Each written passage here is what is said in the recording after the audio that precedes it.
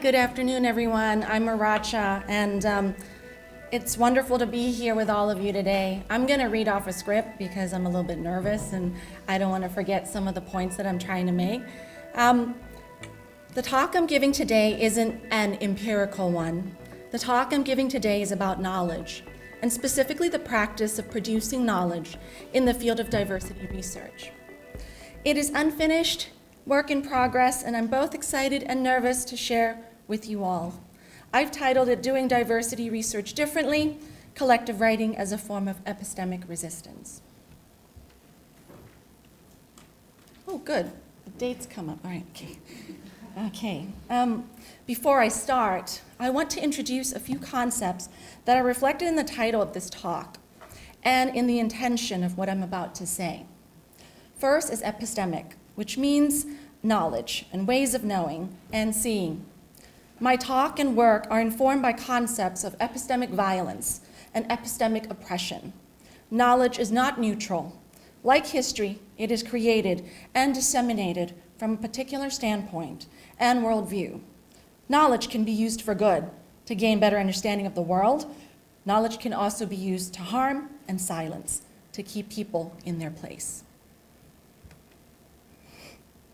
An example of epistemic violence and oppression in the discipline of psychology is highlighted in the American Psychological Association's apology, which you can see here on the screen in October 2021, for its role in perpetuating systemic racism, specifically for being complicit in contributing to systemic inequities and having hurt many through racism, racial discrimination, and denigration of people of color. In response to this apology, members of the Association of Black Psychologists, the first and oldest independent ethnic psychological association in the USA, wrote a response titled, "Why APA's Apology for Promoting White Supremacy Falls Short." While the apology details many of the past racist practices in psychology, it largely omits a key portion of this history: how the fields of psychology and psychiatry colluded with the state to suppress rights, liberties, and in many cases, political freedom. Largely, this looked like the creation and maintenance of state hospitals that often disproportionately and indefinitely confined Black people in particular, based on a belief that a Black person's desire for freedom was evidence of mental illness. Hospitals were built across the country to enforce social control over Black people. Hospital archives revealed that Black people were taken from their communities and enslaved on the belief that freedom produced mania and forced labor was an adequate treatment. Finally, I will talk about epistemic resistance, which in the case of my talk today is about ways of resisting dominant ways of knowing and seeing that condones the inferiorization of groups of people on the basis of intersectional injustices, including such as race, racialization, ethnicity, gender, identity, and other forms of what we have come to know as diversity, such as age, disability, sexuality, nationality, immigration status, and more. I'm using this talk as an opportunity to share some critical questions I've been asking myself as a researcher, an educator, and a scholar activist who is committed to collectivization and collective action against social inequalities and injustice.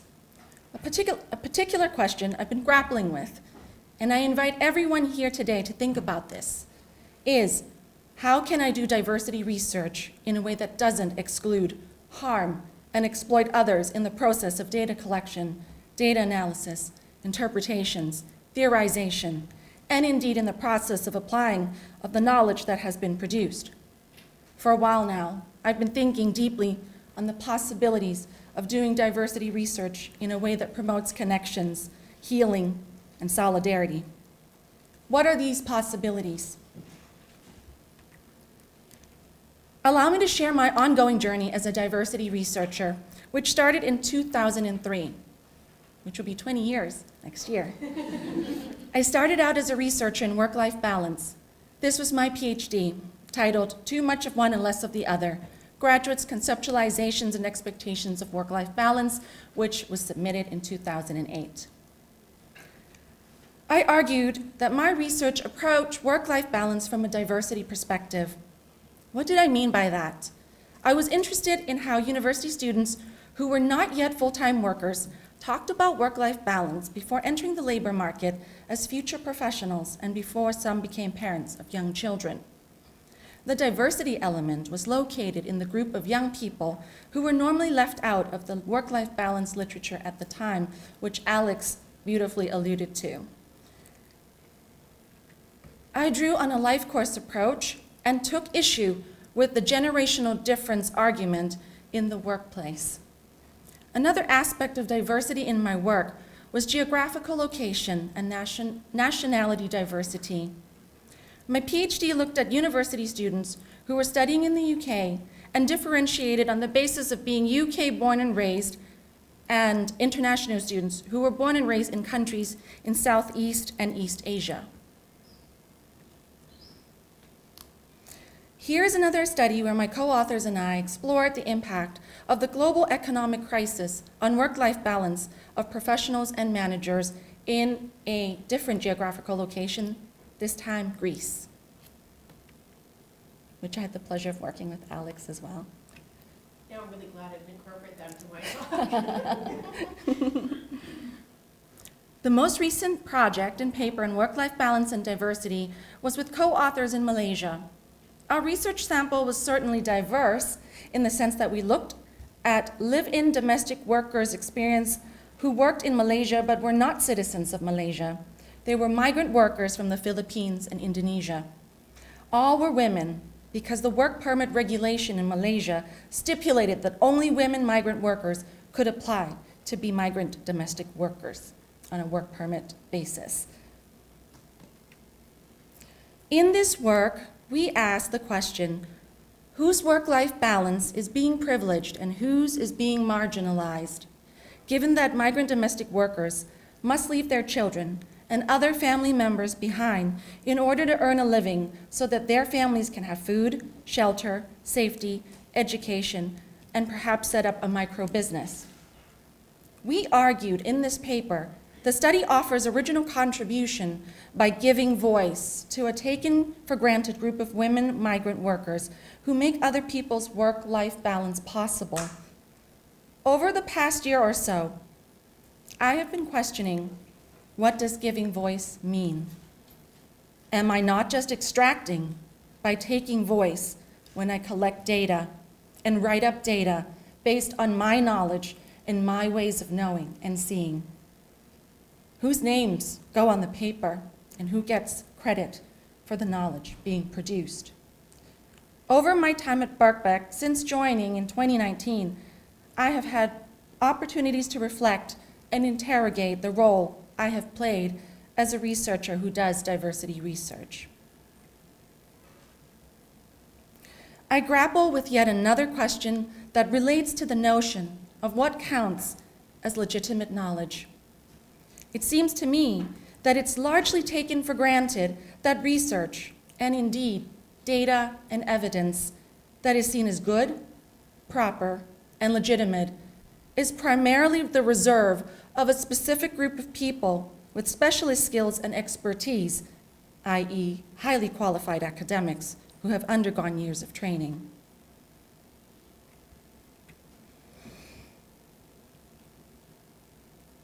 I have been thinking deeply about the notion of doing research with marginalized groups and populations. What does that actually mean? Are we just now doing research on people when we say we give voice to people?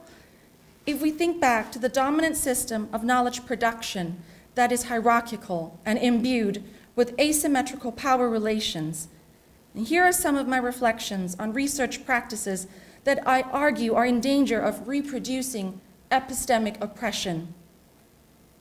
Why is it that some ways of knowing and seeing are considered legitimate and other delegitimized? Can legitimate knowledge be produced by those who are not considered to be highly qualified academics with specialist skills and expertise? If not, why not? If so, then how? Let's think about the two following concepts: lived experience and anecdotes. One's lived experience is not anecdotal.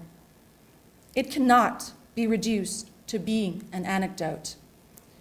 If we think about how the label of something being anecdotal is utilized in relation to legitimate evidence and research, and sometimes in opposition to what is considered legitimate knowledge, we start to unpack and see power relations inherent in knowledge production. The lived experience recounted by the person who has gone through it is potentially positioned as anecdotal. Yet when told to a researcher through an interview, it becomes data. Its legitimacy as evidence is afforded by the conventions of research and knowledge production. This is where the writing of ourselves into our research becomes an active form of resistance against hegemonic modes of knowledge production underpinned by scientific values of objectivity and neutrality. Yet we must acknowledge that knowledge production is never neutral. It serves a particular purpose for particular interests. It is an act of power. It is a political act. The idea of writing myself into my research is based on research traditions that are considered outside the mainstream, but have long been established, outside the norm of our disciplines that are organizational psychology and human resource management. This idea that I'm talking to you about is not my original idea. My friend and co-author, Dr. Eileen Kunter at Essex University, generously introduced and educated me on the methodology of autoethnography.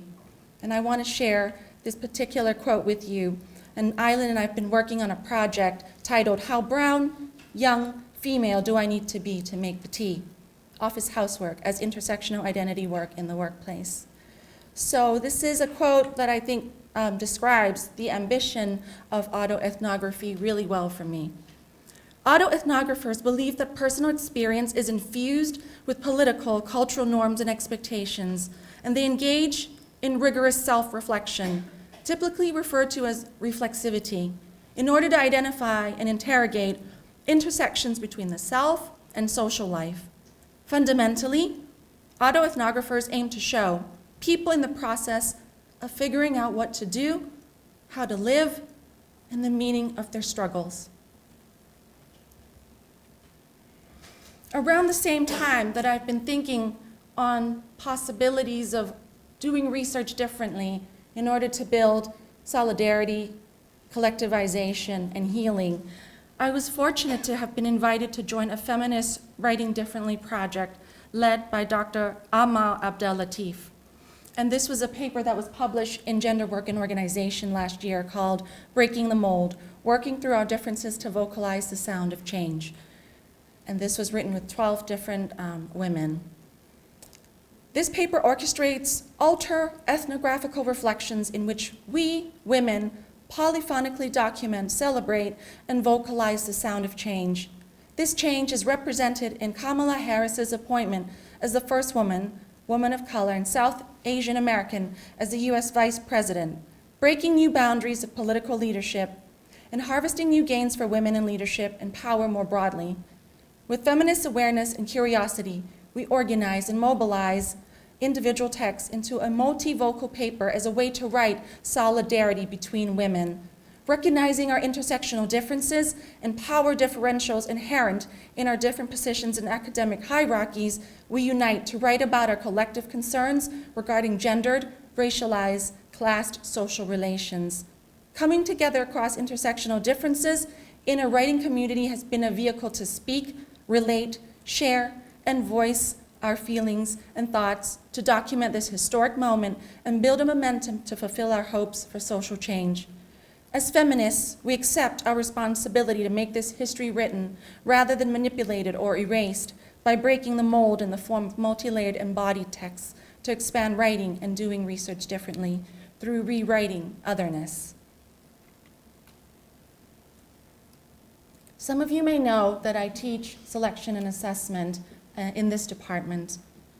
After teaching this module for 3 years and slowly processing the harm and violence caused by some of its mainstream literature, in particular the literature that argues unequivocally that A, general cognitive ability testing, is the best predictor of future job performance, and B, the difference in group-based scores between white and black test takers, where black test takers as a group score lower, and that this is scientific evidence of the inferiority of black test takers, rather than evidence that there are biases built into the psychometric testing system.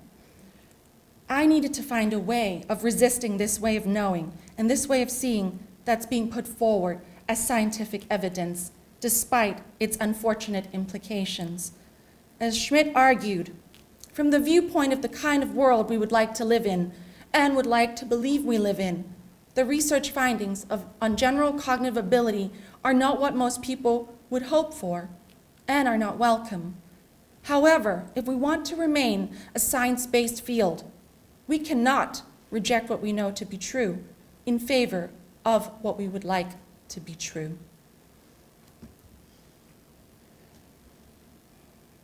I am still on this journey, but I'm happy to tell you that I have now found a way to do diversity research differently, a way that doesn't hurt me anymore, in a way that actively confronts and challenges the hierarchical structure of knowledge production. I don't claim that this fully dismantles the epistemic oppression and violence that our current modes of knowledge production is complicit in. The act of coming together and writing in protected time and space that is either physical or virtual is a form of collective care and an act of epistemic resistance. I've been very fortunate to be part of 2 writing collectives where not only are the voices of groups of people who are usually left out of dominant modes of knowledge production are included, and their voices are indeed centered in the knowledge production, they are also fully recognized as co-authors and co-creators of knowledge. One of the collectives is with a group of students who studied on selection and assessment last year, who responded to a call to come together to write collectively as an act of resistance to epistemic oppression and violence that is located in mainstream literature on general cognitive ability. We have been able to work together to produce a journal article where all of us have contributed equally and as non-hierarchically as possible. This is the paper, Writing Reflexively Together on the Hidden Curriculum as Responsibility Learning in Action. We are a writing collective located in one subject department that strongly positions itself as a science and forms part of a London-based business school. Our paper contributes to the Writing Differently movement in management and organization studies by offering a student-teacher collective writing as a form of resistance against the hegemonic scientific norms of knowledge production.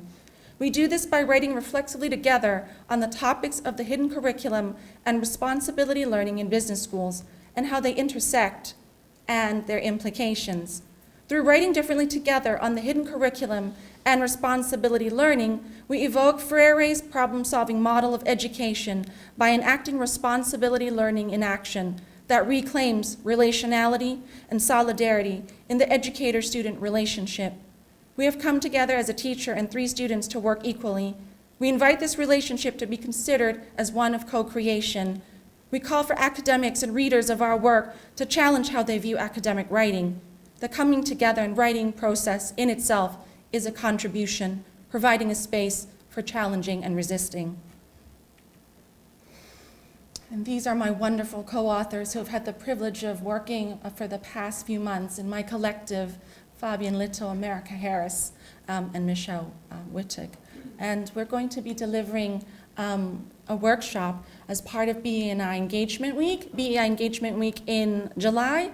So it would be fantastic if you have time to come along. It's online, and it's at lunchtime, 1 o'clock to 2 o'clock. If you're interested, you can come speak to me, and I can send you a link for booking for this event. But really, it's about all of us coming together to talk about our experience of doing this work and inviting everyone in the workshop to engage with collective writing with us in that 1 hour. The second collective that I have been a part of, I'm also really excited about. It's made up of professional service women working in a higher education institution, as well as academic women. We also write ourselves through the concept of office housework. The working title of our paper is Collective Care, Hope, and Healing Through Writing Differently Together on Office Housework in the Neoliberal Academy. In this paper, we offer a collective autoethnography that has been produced through dedicated online writing sessions that have brought together professional service women with academic women. They have been held at regular intervals since July 2021 and is a living project that has enabled healing and hope through feminist consciousness raising. Complementarity lies at the heart of this project, where the process of co-production between professional service and academic women itself is as important as the final collective piece that we lay bare to our readers. Our paper draws on the concept of office housework to visibilize the invisible in neoliberal universities in 2 ways. Firstly, we do this by offering collective autoethnography of office housework as women university workers. Office housework is work that is often invisibilized and undervalued, yet it is work that needs to be done. It differs from glamour work, work that is visible, recognized, and valued. Unlike glamour work, office housework is rarely rewarded through progression and promotion within the organization. Examples of office housework include organizing gifts, setting up meetings, ordering refreshments and food, and usually entails reproductive and emotional labor. Secondly, our work intentionally visibilizes and centers professional service staff in the work of knowledge production, who are often invisibilized in the creation of academic writing. We actively resist the oppositional binary of academic versus professional service that have been imposed by neoliberal universities. Our collective writing is an act of reclaiming hope and humanity in the face of dehumanizing structural and symbolic hierarchies. We have consciously come together to build collective care and solidarity through our writing and sharing of our office housework stories. As a collective, we transcend more than one category of marginalization at the intersection of gender, race, ethnicity, age, and class. We have experienced discrimination at many levels and stages of our careers, including the disproportionate allocation of office housework. Yet, as a collective, we work to actively reject the individualization of office housework by going beyond teaching ourselves to say no better. Through mutuality, our collective writing project has evolved into a method for healing and hope. We protect time and space to reflect, reimagine, and share ways to end cycles of oppression and domination. As a living project, we aim to develop our praxis of solidarity and collective care for all who have experienced structural oppression within and beyond the neoliberal academy. I would like to leave this quote from Professor Angela Davis, if possible. And this was a lecture that Professor Davis gave in October 2006, and her talk was, "How Does Change Happen?" Professor Davis talked about the concept of diversity. I am quite concerned about questions of vocabulary. I was talking about the need to think about the conceptual tools that we use. And earlier I talked about the need to adopt critical habits, habits that require a kind of constant criticism, not only of those things that we want to change, but of the way we want to change them and the tools we use to conceptualize that change. So I want to choose one example, a contemporary example. It's that word diversity. You know, it upsets me. It really upsets me. Not that I don't believe we should have diversity, but the word diversity has colonized so much of what we were once able to talk with much greater specificity. All we have to do now is evoke diversity. And what does diversity mean? I'm an advocate of strong conceptions of diversity. And the way I summarize it is that you can have difference that truly makes a difference, and that's the kind of diversity I want. Difference that is going to make a difference. But you can also have difference that doesn't make a difference. Difference that allows this machine to keep functioning in the same old way. And as a matter of fact, sometimes even more efficiently and effectively. If we embrace weak notions of diversity, it is a concept that promotes, it seems to me, a hidden individualization of problems and solutions that ought to be collective.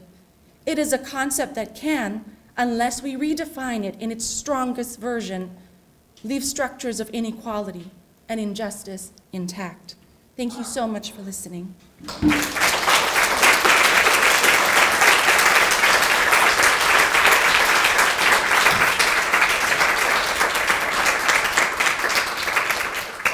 There's no time for questions now, right? So I can go.